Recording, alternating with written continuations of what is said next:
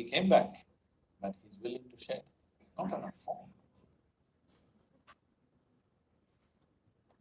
Right. So since we're talking about what's in hype these days, I really want to ask you this one political question which has been bothering me. It is of course about the Sabrimala case, which has been in the news since the past few months. My question is that do you think we have gone too ahead with the concept of gender equality that we are stepping over a lot of our own cultural norms and values and mythological beliefs in to just prove ourselves? So there is no such thing as going too far with gender equality. Gender equality means equality. How can you go far? I don't think you can go far with it. Gender equality must be there, there's no question. But in the name of gender equality, Akhil, he wants to enter the ladies' toilet. Gender equality. This is not equality, this is a civilizational issue or an evolutionary issue. No, not mental.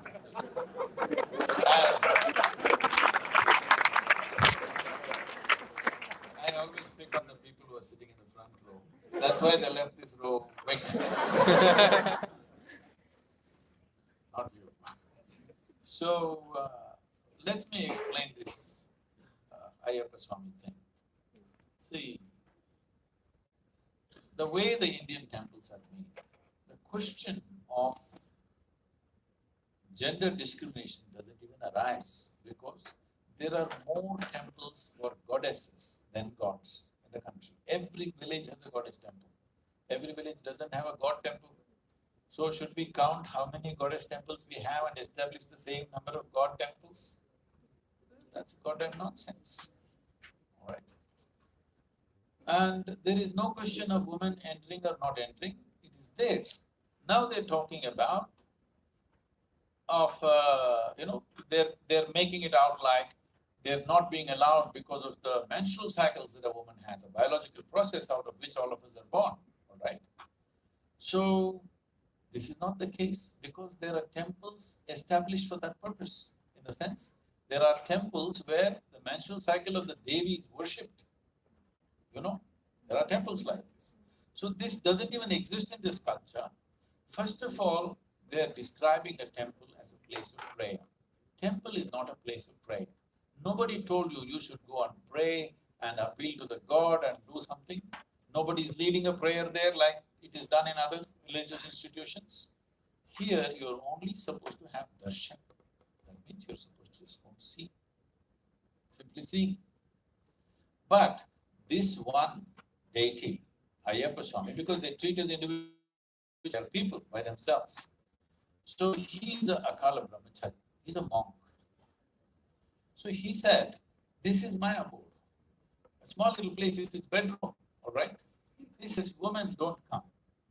If you say, no, women will go and sit there, what is this rubbish? This is lack of civilization.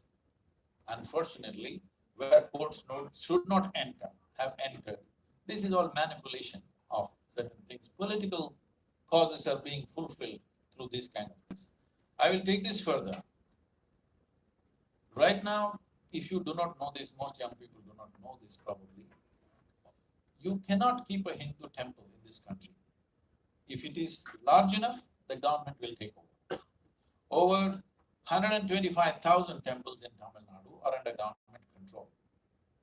If you want, I can send you a list. How much land they had 40 years ago, how much they have today? Almost zero. Okay, they had thousands and thousands of acres of land. This was the main sustenance for the temple. That's all gone. How much jewelry was there? Enormous. It could easily go into a couple of tons of gold jewelry. Today, everything is gone. Fake jewelry sitting on the goddesses because it's all been eaten up. Why? Because government officials are managing the temple. A clerk is doing the puja. A government-appointed clerk is doing the puja. A temple, see, I'm not a temple-going person. I'm not a puja person, I've never prayed in my life. For me, it doesn't matter. But for people who matter, a devotee should be managing a particular temple. Somebody who has some devotion. A clerk who is there for 3,000 rupees a month. You expect him to manage it well? The idea is to kill the temple. I will tell you, at least 15 to 25%, nobody knows exactly what's the number, but it's happened. The main deities in Tamil Nadu are all gone. In the United States and Europe, they've replaced fake deities. You understand? In major temples, I'm telling you. This is happening because government employees are managing. How do you allow this to happen to a whole community? This is a clear case of wanting to run down the temples to a place where there will be meaningless nonsense over a period of time. That's where it's going. This is absurd. Sadhguru, being a journalist, can I probe you a little bit? Yes, madam. Not to be offensive, but the arrest of Ram Rahim has somewhere down the line stripped off our trust on gurus and babas. So, how do we believe that you run like the rest, or your ideologies are different from them?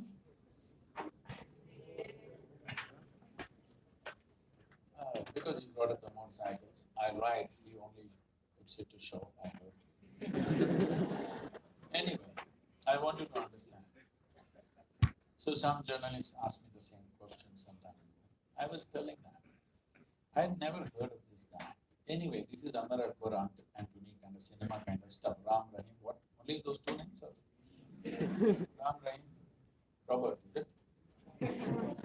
Only Ram Rahim. Okay, so only two. Third name is that? Oh, Insan. See, if you have to introduce yourself, I'm a human being. Obviously, there must be a question mark about that. So I think if you walk in, we understand you're a human being. If you come in and say, I'm a human being, I know you have a problem. So we have a bad apples, licking it and getting a bad taste in our mouth and thinking all apples are bad. I want you to understand, there are over 260 to 270,000 reasonably established gurus, most of them doing absolutely wonderful work. But you always pick these guys because I think the old style of journalism, the first lesson of journalism used to be, if a dog bites a man, it's not news. If a man bites a dog, it's news. No, if a man bites a dog, you must report to the asylum, not report to the newspaper. Hello? Yes or no? If a man goes and bites a dog, you should help that man to an asylum, not put him in the front page. What kind of news is that? But unfortunately, it's become like that. So now that you ask me, in what way are you different? It's for you to find out. It's beneath my dignity to say, no, I'm not like that. I'm worse than him, all right? Because I'm worse means, see, gurus are these kind of people, Ram Rahim, or an animal who calls himself a man. These kind of people only rob your money. Maybe physically they will molest you and do those kind of things. I'm not like that. I'm not interested in your money. I'm not interested in your flesh. I'll take away your life, so I'm worse than him. Take away your life does not mean I'm going to take away your life. Not like that. In many ways, if you spend little time with me, you will not be who you are right now in the next 1 week. 1 week, if you spend with me, you will not be the same person. That means I will take away your personality. I'll take away everything that you are. Not that I need it, I junk it. But something new will begin to happen. So in a way, I'm worse than that. Because I don't take away things that you can see. I take away things that you cannot see.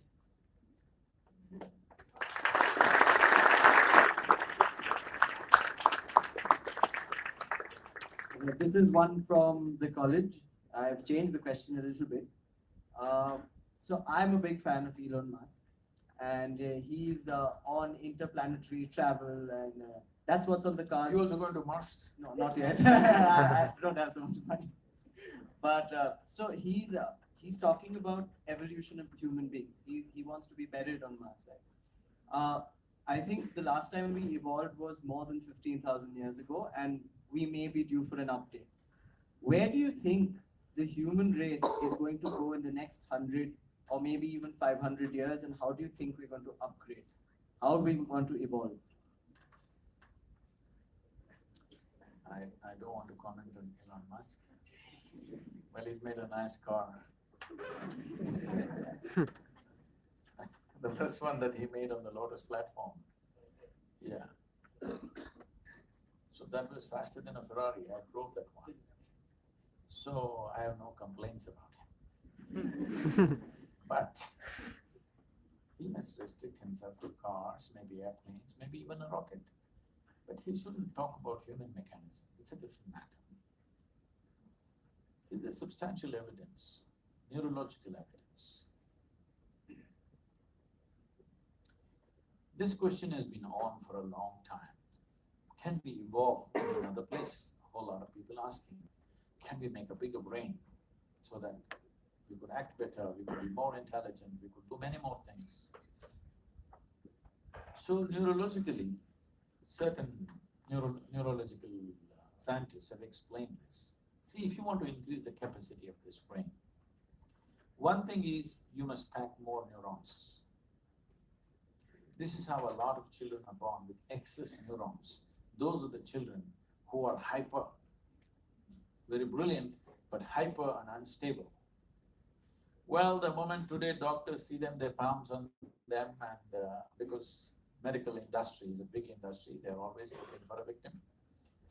And pharmaceutical industry is the second largest industry, so they pump something into it, they give some name, ADD, ADH, ABC or XYZ. All the 26 alphabets have been expanded like this.